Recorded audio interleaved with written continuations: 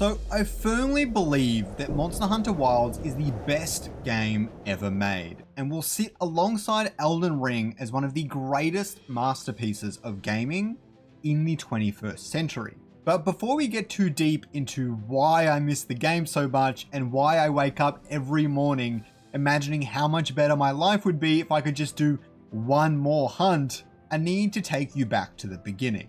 Because Monster Hunter has a very special place in my life and some serious sentimental value, a feeling I think many of you could probably empathize with, especially if you are over the age of 25. And for the first time since I was 13, Monster Hunter Wilds made me remember why I became a gamer in the first place. By the end of this video, you will understand why the game is so damn incredible, but also why it will be the #1 most talked about game for the next decade after its release. So now let's get down to it.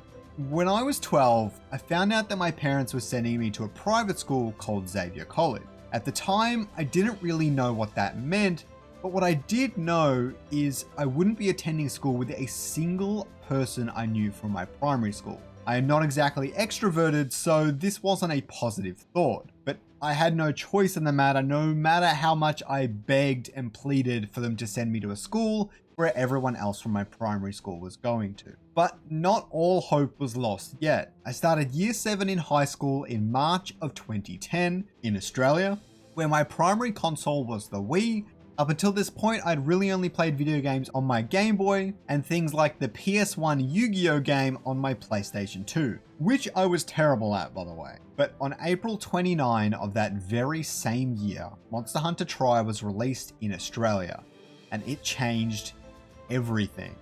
Every single day I was daydreaming about hunting my next Lagiacrus, hoping to get that green Rathian gem that I've been doing 20 hunts in a row trying to find, or how I'm finally going to take down Barrioth after I'd seen its fast movements and devastating attacks, and it was giving me so much trouble as a Switch Axe main. Well, it turns out I wasn't the only one. One other kid in my year 7 class, let's call him Luke, was equally, if not nerdier than I was, and was also loving the new Monster Hunter Tri game himself. And we got to play the game every single day after school. Others were going to parties and doing things with their life, but we were using overly complicated and downright silly strategies to take out Alatreon. He was my first friend in high school and my only friend at this point. And through the sort of connection you only get when you take down an Alatreon as a squad, we stayed best mates all throughout high school. Whenever we needed help from one another, we would always be there to support both on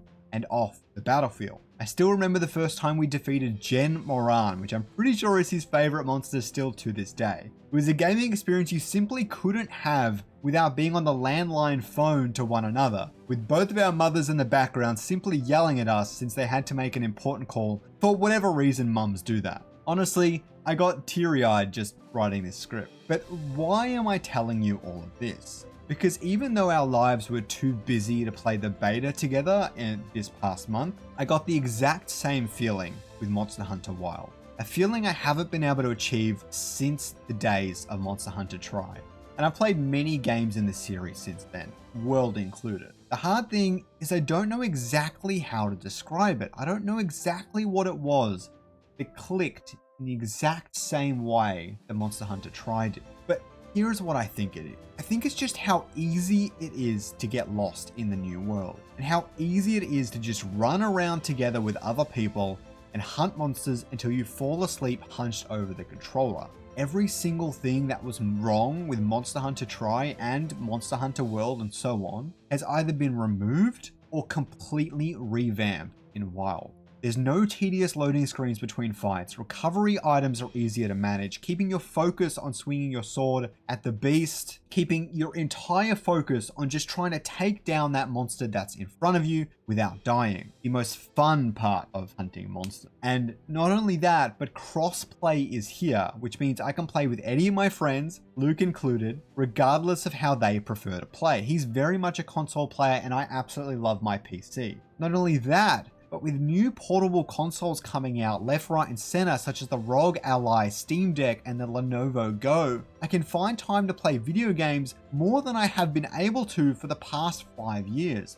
And trust me, this is a big deal. Gaming is about to soar like you've never seen before. Gaming from its inception has been designed for the 13-year-old kid with 5 hours to kill after school. But Monster Hunter Wilds proves that it doesn't need to be that way anymore. You can still jump into the world and hunt monsters with your buddies, regardless of how busy your life has gotten and how many conflicting schedules you have. For me personally, I work a full-time job, and every day after I get home from work, I spend 4 or 5 hours working on YouTube content and other secondary income type thing. I have maybe 2 or 3 hours in my week where I get to sit down and play video games. In my experience, there is not a single multiplayer game that has been released in the past decade that achieves this amount of freedom in the same way Monster Hunter Wilds does. It's actually better than open world games in a certain sense because it doesn't tie you into remembering what the next quest was. You just jump into the game and it says, do you want to fight this monster next? And I go,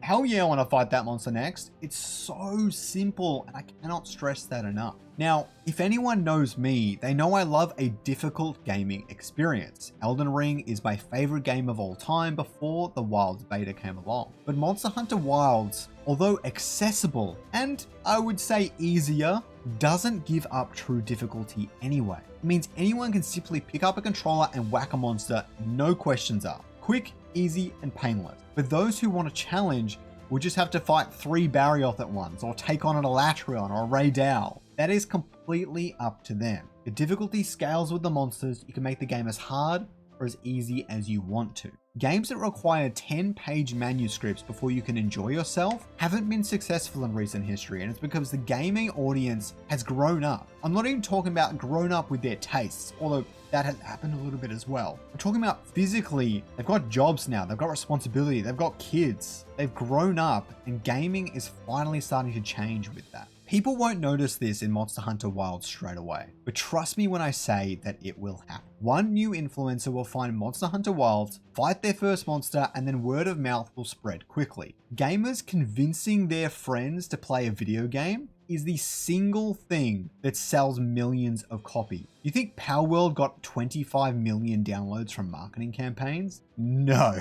It was people telling their friends that they want to run around capturing pals together. The exact same thing will happen here. Now, I hope you learned something today, and if you like Monster Hunter and want to share in my journey, please subscribe and like the video. Also, if you have a story you want to share about Monster Hunter from your own personal journey, I would really love to hear it down below.